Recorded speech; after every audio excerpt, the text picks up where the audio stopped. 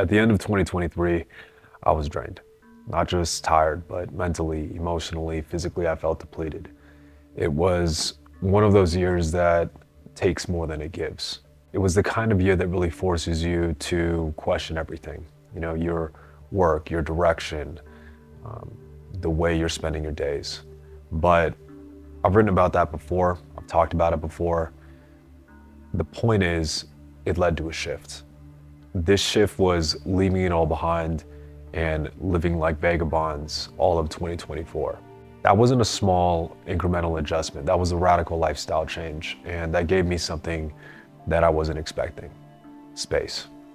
Space to think, space to move, space to take a step back and ask, what do I actually want out of this life? You know, what do I want to build? Those aren't easy questions, and they don't come with easy answers. But regardless of that, they still need an answer nonetheless. A few weeks ago, I was having a conversation with my father-in-law.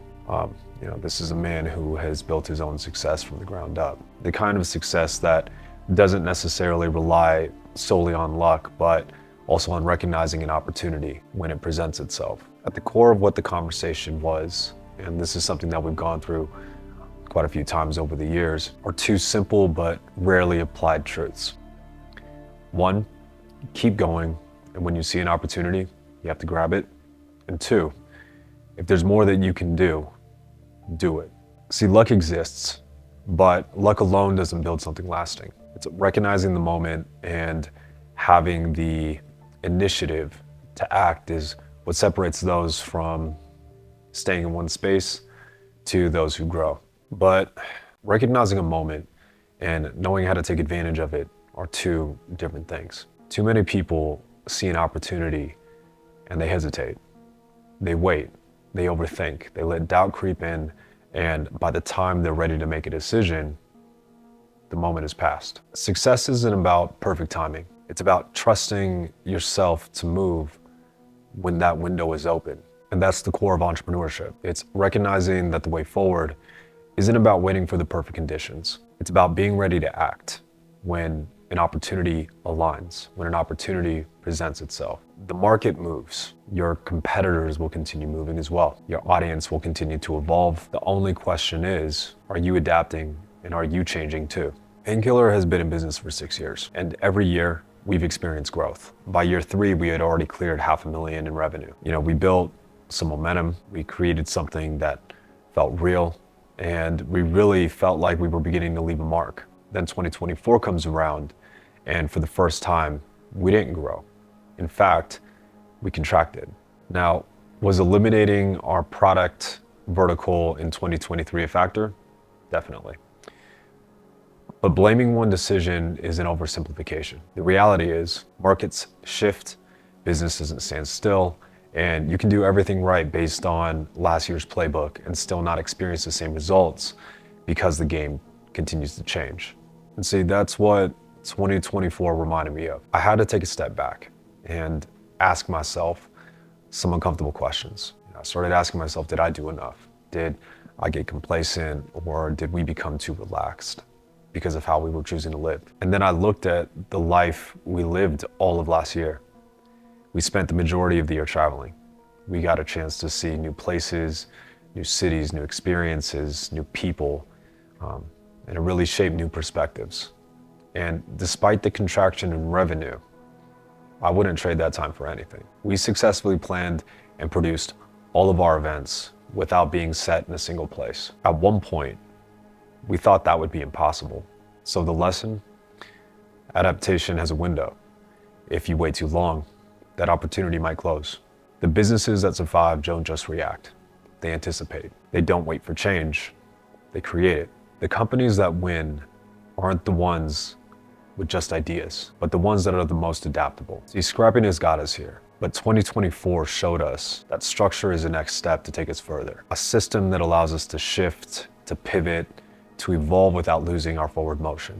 And that also means taking a hard look at what's working, what's not, and making decisions before the market forces you to. While some businesses only focus on what worked yesterday, they double down on old strategies, hoping that they'll get the same results. And that could be a quick way to get left behind. The ones who stay ahead move with some level of fluidity because they know the market is also fluid too. Some entrepreneurs develop what people think are instincts for pattern recognition.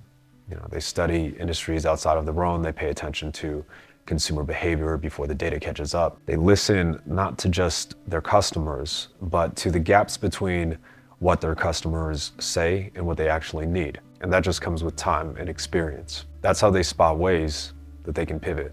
Toward the end of 2024, we started another business. And it's not because Painkiller is failing, it's because we were reminded that one, nothing is promised. So it doesn't matter how hard you work or how optimistic you are, you need to be prepared, not just always reactive. 2, diversification is your friend. And 3, there is an opportunity to expand ourselves. We realized something critical. Our skills in branding, business development, and execution had built Painkiller into what it is. And that was also including a lot of trial and error. But those same skills have value in another space. So instead of just watching a market, something that we're not actively a part of, we leaned into it. We became a player rather than just someone who continued to spectate. In just 4 months, this new business generated just under $80,000 in revenue. It cost us less than a couple $100s to start, and we have the ability to run it remotely from anywhere with a laptop and a connection. The disclaimer, we're leveraging over a decade of experience. And that's one of the main points that I want to make. You potentially have skills that hold value somewhere. You just have to see them differently. And this is why I stress to start now. Gaining real world experience and acquiring the skills, the knowledge that you'll be able to leverage in the future, that can't be faked. That has to be earned over time and through the mistakes, through the trial and error. Too many people think diversification is a distraction. It's not.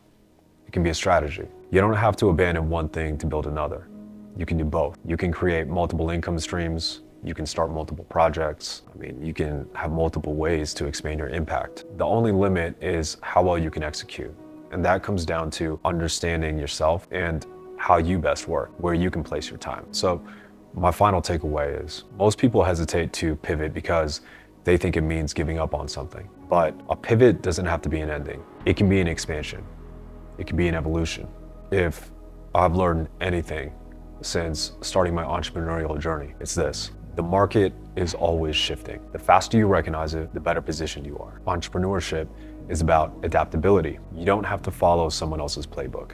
Build what works for you. And pivots aren't failures. They're proof that you're paying attention. So when the time feels right, adjust, expand, and continue building. And above all, don't let ego stop you from stepping into the next version of yourself. If this resonated with you, if you found some value in this, hit subscribe. Make sure to drop some comments below. I'll make sure to answer back. As always, growth over fear.